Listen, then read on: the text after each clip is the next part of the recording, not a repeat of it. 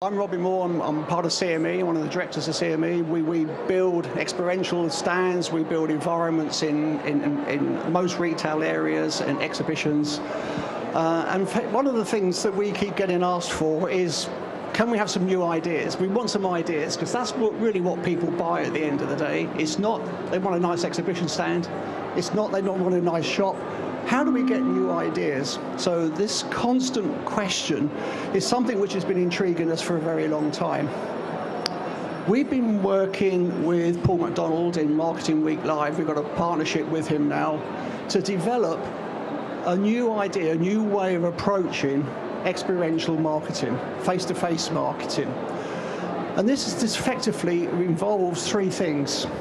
What we've done is we've created the Power of Live sensory area, which Chris was just talking about, which basically shows how touch, smell, taste can be used to influence the final purchasing decision. We've also created this area, which is the Live Marketing Conference.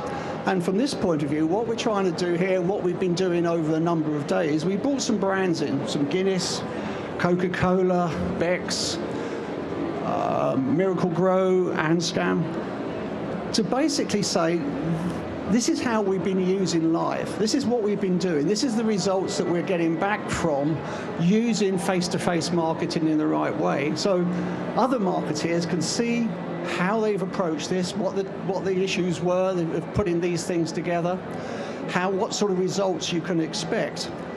But it all still comes back from that point of view. They're still looking for ideas and how we're going to do this. So we asked the question, what's the next big idea? How do we find out where the next big idea is? So from that point of view, what we've set up was a competition. We thought we'd ask other people what they think the next idea is. And given the fact that technology is changing the way that we buy things now, the internet is a big influencer in the decision making and the search.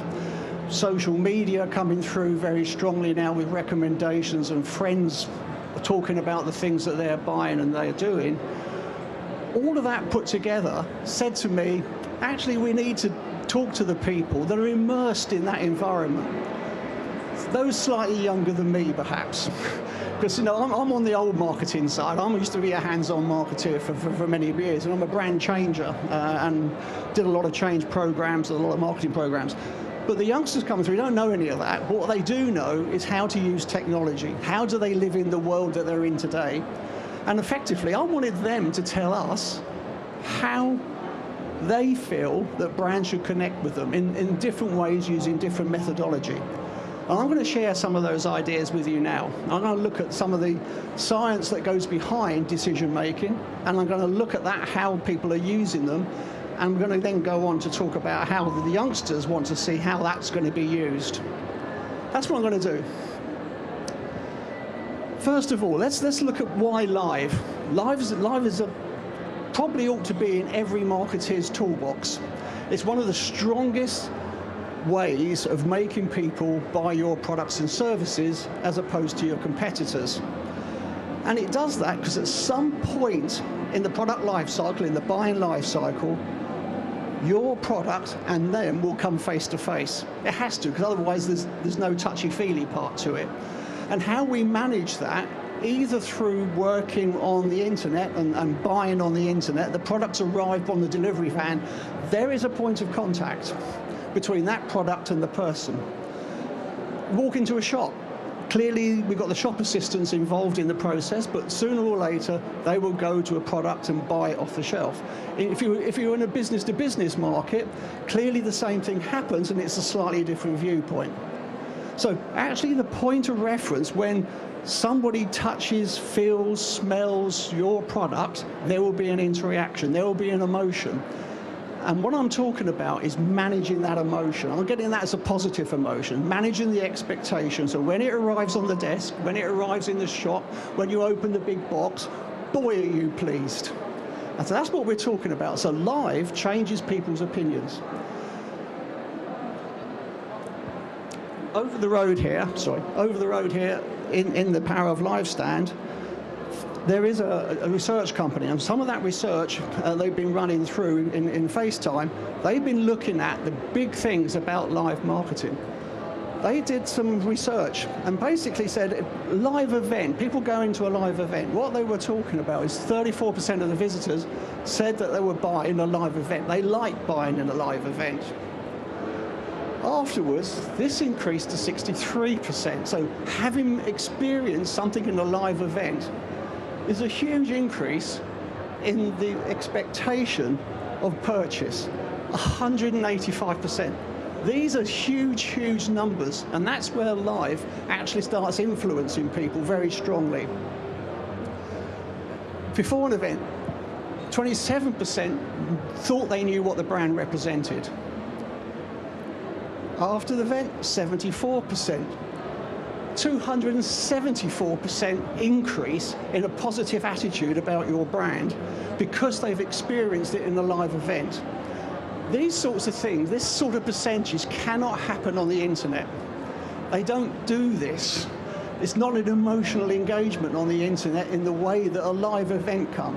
So when we say live events change mind, these are the sorts of areas that we're talking about. Having said that, the internet and the viral side cannot be ignored. They are integral to this process. We all recognise this as the life cycle buying thing, don't we? Because we're all marketeers. This is old hat. This is school stuff. We've been doing this for a long time. But what I want to use it is most people concentrate in this sort of area through here. This is where marketing has its biggest impact. It's in these sort of areas. Clearly, on a product maturity level, where it's at the top of the market, it's a different technique. What I want to talk about is two areas. Here on a growth area, and here on a change area to the next growth area. These are the two key areas where live really works better than most other media areas. Here, you can manage this in bought media. This is really an easy one for bought media.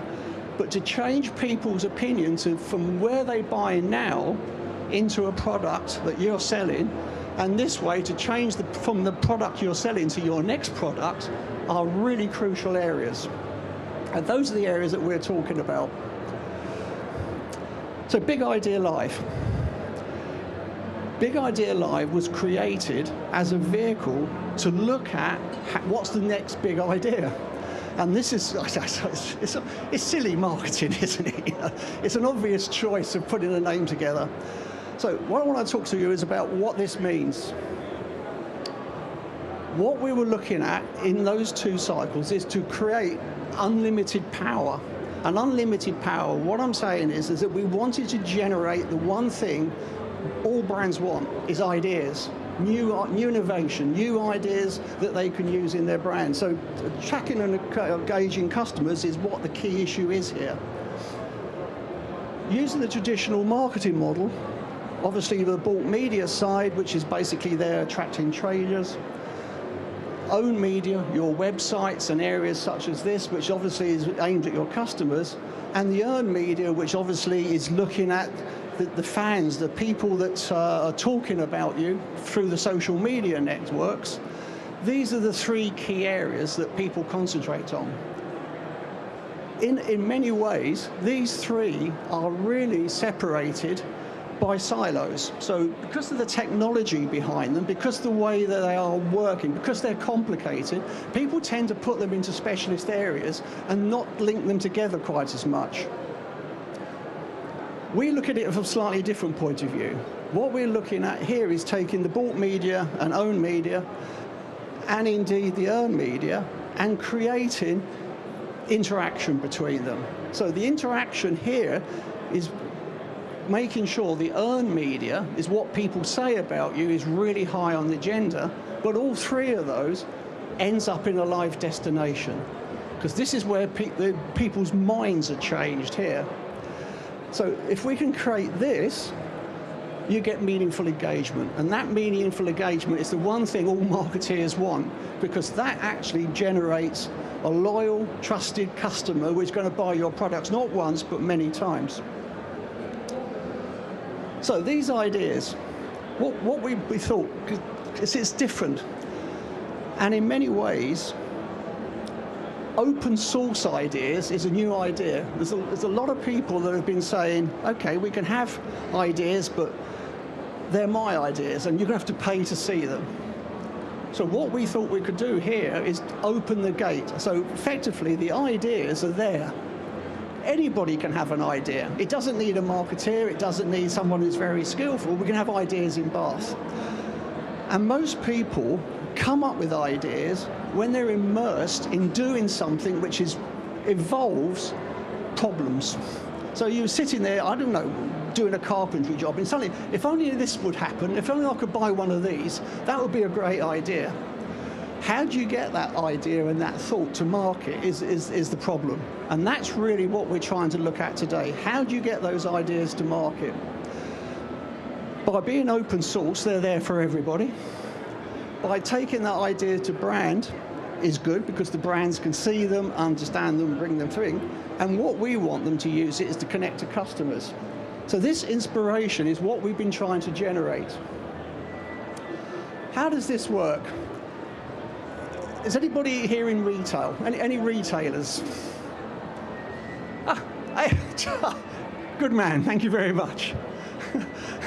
What we're looking at here is the classic purchasing from a person that doesn't understand your product to one that uses it all the time. And effectively, we go through 5 key buying modes, from the inexperienced through the considered, the emotional, the grab-and-go guy, and the impulse purchaser.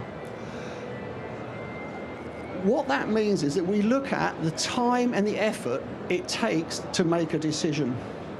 Here, the inexperienced shopper is going to deliberate before they buy anything. They're going to take time to consider the competitors, what they want to use it for, will it do the job, what color, all this sort of thing. The considered, it gives you much more of a discerning to make the comparisons right the way up to impulse purchasing, which you don't even think about. It's just, I'll have it.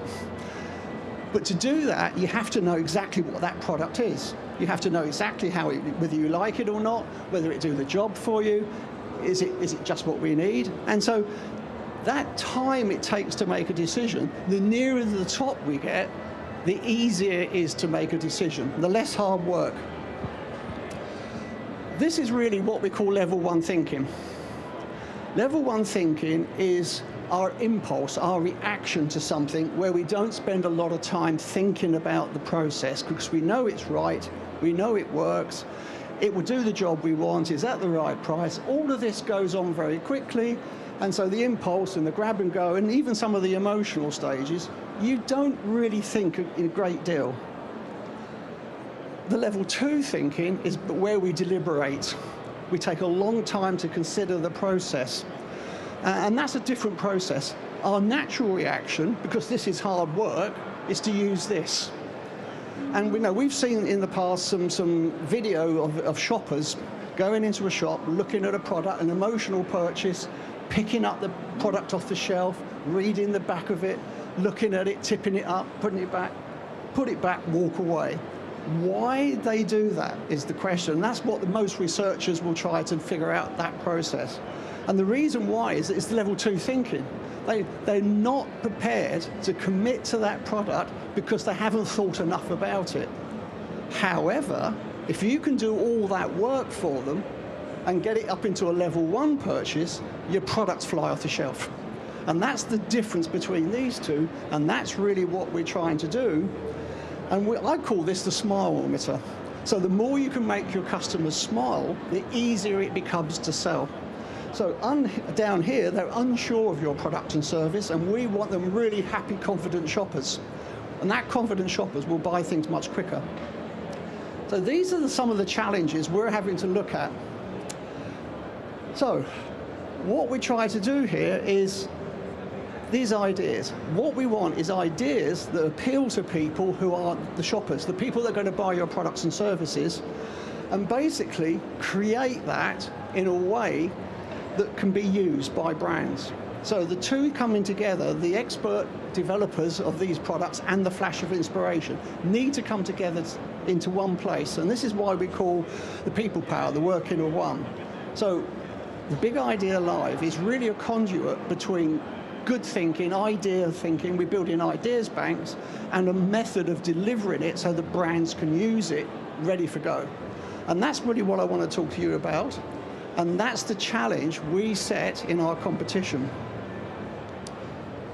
The whole process of this is the experiential loop, because we really wanted to get to the action, cue, reward, loyalty. This process is when we buy something, what makes us buy it? What triggers it? Why do we want it? Over here is what are we going to do about it? Are we going to go down the shop and buy it off the shelf, or are we going to think about it? Are we going to go onto the internet? What action are we going to take to get here? The reward bit is it works. It's just what I wanted. It did the job I wanted it for. And that creates the loyalty. So this loyalty loop, this habit loop, is something we can influence. Because if we can influence this process, then basically they buy your product instead of somebody else's. But not only that, they come buy and buy it again and again and again, and it becomes your impulse, your default purchase, because you don't have to think about it so much. So this resource, this area, this business integration area. So what we're going to try and do here with Big Idea Live is that we're taking the big idea, the inspiration, and we're bringing this inspiration from the graduates who are immersed in the way that they buy things and using technology. We're putting the brand culture into this incubator along with the buyer's needs, and work with you guys in the brand in this incubator to come out with the ideas. So we're going to tip it through this process. And that's really what we think is quite new and quite different in the way of being in a marketing process. So to come to the competition. So the competition, we've been talking to 80-odd universities to find this, the next big idea in face-to-face marketing, and the guys that can think like this, can generate some ideas. So we asked the question, 80 universities were asked the question, have you got anybody in your university that can think of ideas? Can we put them together? Can we generate this bank of ideas? Can we showcase ideas for you? It was open to marketing design students and graduates. And we're going to get to the final because we went through a judging process. The judging process was cut on the first cut of people to get down to 7 finalists. Those 7 finalists were put in front of an experienced panel of judges. Bramwell Johnson of Marketing Week, the Edinburgh Marketing Week, Paul McDonald, the show director here today, which is responsible for this excellent show that you've seen here today. Jay Sasha of the Creative People, a creative brand agency, and 4 others will all come together to create a decision. They made a short list of 3, and I want to share those with you today. The 3 nominated finalists, the first one was Rachel from Swansea Metropolitan University, and her idea was the virtual stylist. Virtual stylist was basically combining an online experience in a face-to-face situation, bringing those 2 different media together in a very positive way, built around social networking. And the idea was for her is that to change a part of the shop, part of a retail experience, which hasn't changed probably for 100 years, and that's the fitting room. The fitting room is a place where people go into a little cubby hole at the back of the shop to try on clothes. Her idea was to bring that to the front, make that fun, because that's the point when people make decisions, and yet it's the least positive one. So her idea was to take the technology using full screen height, the technology that exists today. Stan behind us has got some great full screen height technology. She's got touchscreen technology, icon technology, so you can actually take yourself, picture of yourself, move icons, move product, take your necklaces, take whatever it is, accessories, and dress yourself in these things in a fun way, in store with the assistant. There's no reason why that couldn't be online as well, outside. But by an in-store, the interaction between look, touch, and product is actually more powerful, as we saw from the stats very, very early on. So it's a great idea. And there were some comments from some judges. Let me just grab this, because I want to make sure I get this accurate. The judges here were saying it's a good idea because it sells more infantry. Yes, it does. Another comment was, the dull changing room has been the same for far too long. So what we're getting is positive feedback from the people that make this real. We've got Charlotte, from nominated finalist from the University of Southampton, and her big idea was Are you ready? She was taking the airport experience and making that different. Who's been in an airport recently? Oh, haven't we all? You've been flying all over the world, I know. I can tell by the weary look. You've just landed this morning. Oh, goodness. Actually, I do more work in airports now than anywhere else ever, because you sit there, you've got to sit there for a couple of hours, and what do I do? And you've got people with ice cream, and, you know, children screaming around, and all the rest of them. There's no problem with that. But wouldn't it be nice if, no, apart from, you probably fly executive class, so wouldn't it be nice to have a little business lounge where you can go in, read the paper and do your work? Why does that have to be in a business lounge? Why can't that be in the airport? Why can't we have places in an airport which allow you to go into a quiet space to get on with life? At the same while, if you're going to go there with a family, why don't you have some family entertainment there? Something to amuse the children with, rather than, you know, screaming around doing all the other things that children do, and I've been through a few of those as well. If you're old, you need another set of requirements. If you're going to ask people to go there and spend 2-3 hours in an airport, why don't you make that part of the journey? Why don't you make that enjoyable? Why don't you make that as an interaction? Boy, is that a powerful idea. So this is what it was all about. The third one, another Charlotte, and would you believe another Swansea University. They've got a good lecturer, I think. Yes.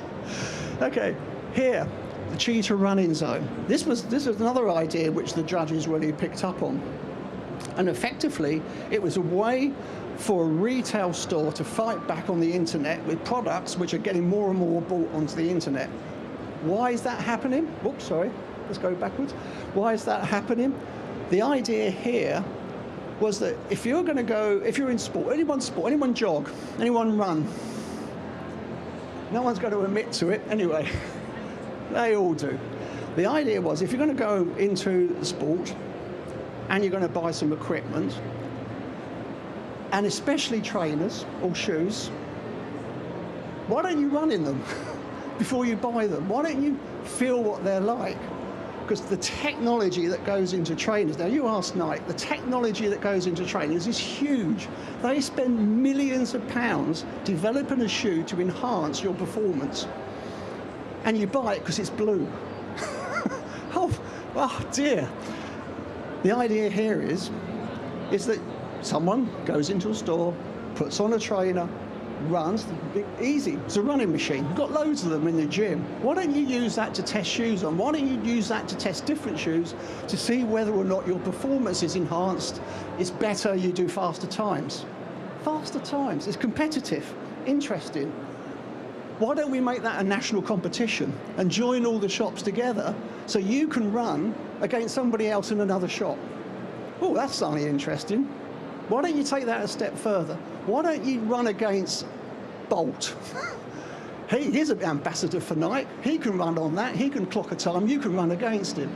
Boy, now we've got some social reaction. Now we've got some fun. We've got some emotion behind there. There's a reason to go to the store to buy that product. You can't do any of that online.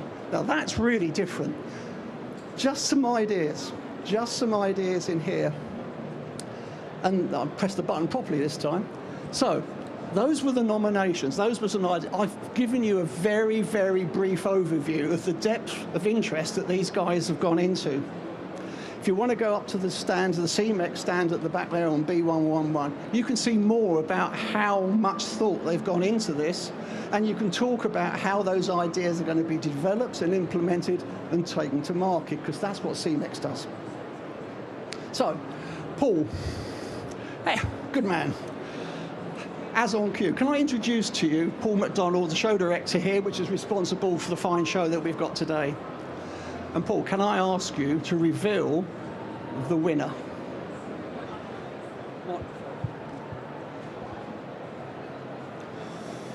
Hello, everybody. Ooh, that's loud, isn't it? Hope you're well.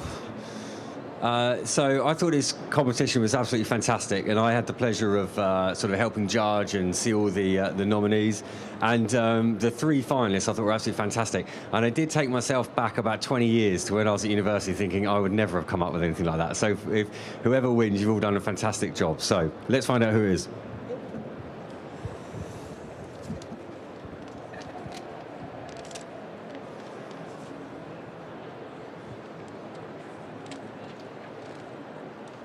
Okay, and the winner is Charlotte for Cheetah Running Zone. Well done.